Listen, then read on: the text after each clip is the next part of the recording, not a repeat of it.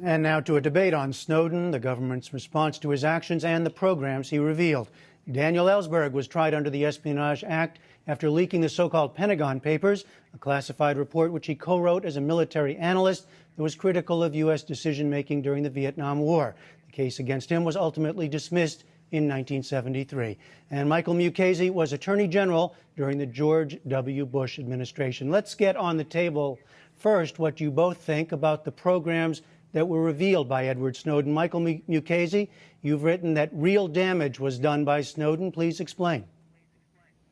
I think real damage was done in two respects. One is by disclosing the details of the programs, and second is by showing both our adversaries and our would-be potential friends, both allies and people who might provide human intelligence, that we can't keep secrets.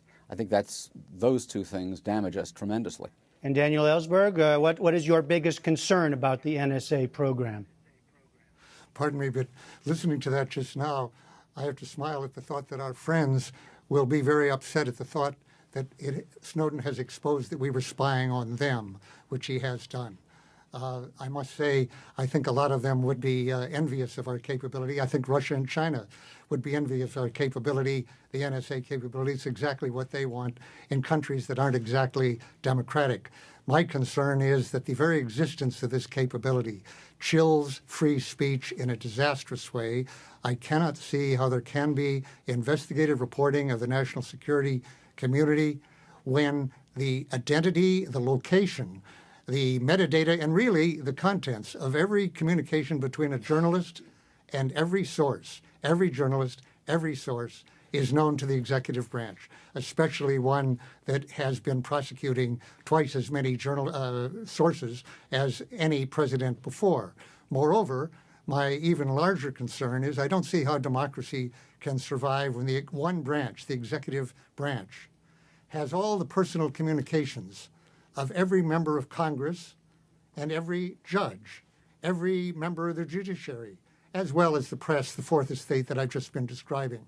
I don't see how the blackmail capability that's involved there will not be abused as it has happened in the past, including to me, by the way, and to journalists. All right, Mr. Mukasey.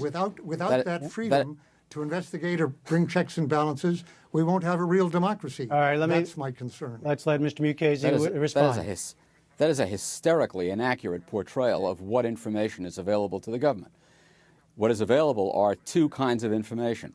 One is so-called metadata, which is simply a pile of numbers called and times. They're not even associated with particular people. And the only purpose of having that is to have a database against which to check suspicious numbers from abroad that are documented to belong to suspected terrorists under the supervision of a court, and to query that database.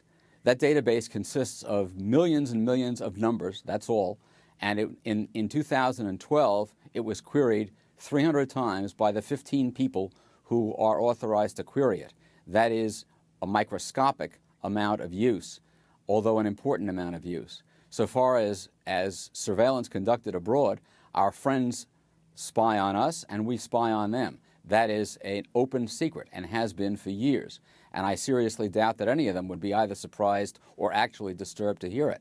And to say that the Russians and the Chinese would like to have access to these techniques is to prove my point. The Russians and the Chinese now do have access to them, thanks to their having had access to Mr. Snowden's computer, whether he likes it or not. Yeah. Because he was in China. The Chinese were perfectly capable of taking what was in his computer, and I'm sure the Russians already have it as well. So, Daniel Ellsberg, what word would you use to describe Edward Snowden? Is he a whistleblower? Is he a criminal? What? First of all, he's certainly a whistleblower by any reasonable standards. And if I'm a whistleblower, he's a whistleblower. I'm glad to hear, by the way, that there's some dispute about that, because in my day, whistleblower was not an honorific term. It was more usually equated with traitor. So there's been progress in that way. Now it's something to argue about whether this person is really a whistleblower. And I would say there's no question that he is, and I'm confident that he is not a traitor any more than I am, and I'm not, or Mr. Mukasey.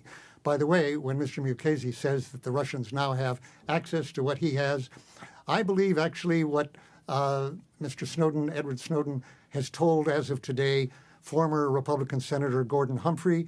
He assured them that the people are wrong, that he used to teach computer security to DIA, and that he was confident that even our own NSA was not capable of getting the secrets. I think it's simply mistaken to say that he's either intentionally or inadvertently given that away. But in terms of the question of why we're spying on our friends, I don't think we're spying on the Chinese in order to find Muslim terrorists, may I suggest. I think that what has been revealed about the degree of listening in we're doing to the rest of the world is that that's hardly a major purpose in spying on France or Germany or elsewhere any more than it is here.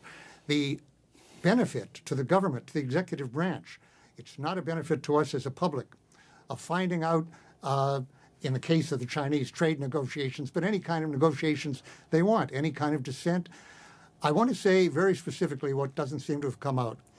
Russell Tice, a 20-year veteran not only of DIA and CIA, but of the NSA, has stated, as have every other NSA whistleblower, William Binney, Thomas Drake, Kirk Wiebe, have all stated that this is the tip of the iceberg and that, in fact, NSA has not only the capability, but is now collecting and storing all the content of all these communications. All right, to say it's just metadata is, I think, absolutely mistaken. All right, let me let Michael Mukasey respond to that. But also, I'd like to know how you characterize Edward Snowden and the U.S. efforts to get him back.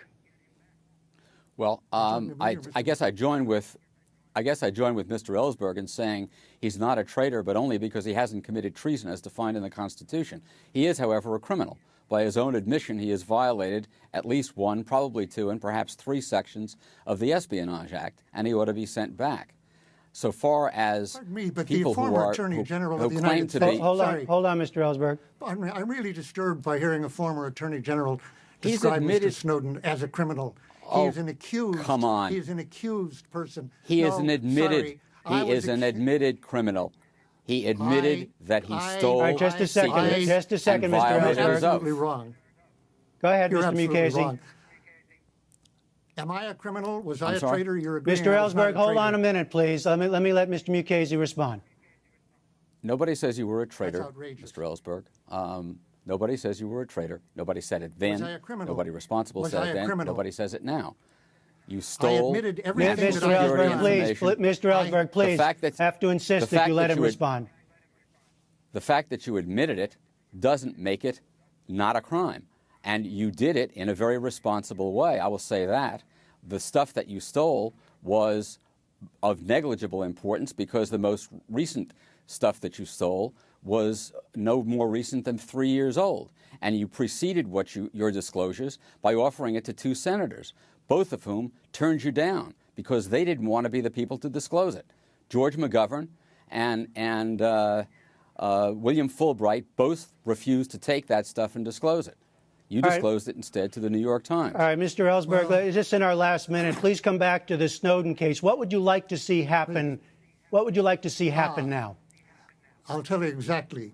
I would like to see Russell Tice, William Binney, Thomas Drake, and Kirk Wiebe testify before Congress under oath as to their knowledge that these programs are unconstitutional and criminal, which is why two of them resigned from the NSA.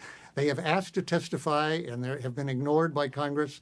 That's exactly the debate that Edward Snowden wanted to have, and it should take place in a new investigation in Congress, not in the intelligence committees, which have been totally co-opted, and obviously not involving the FISA court, which is essentially a joke. For how many hundreds of pages it's put out, and it's thousands and thousands of acceptance. It's clearly a rubber stamp court. We need to change that. And very briefly, Mr. Mukasey, what would you like to see happen?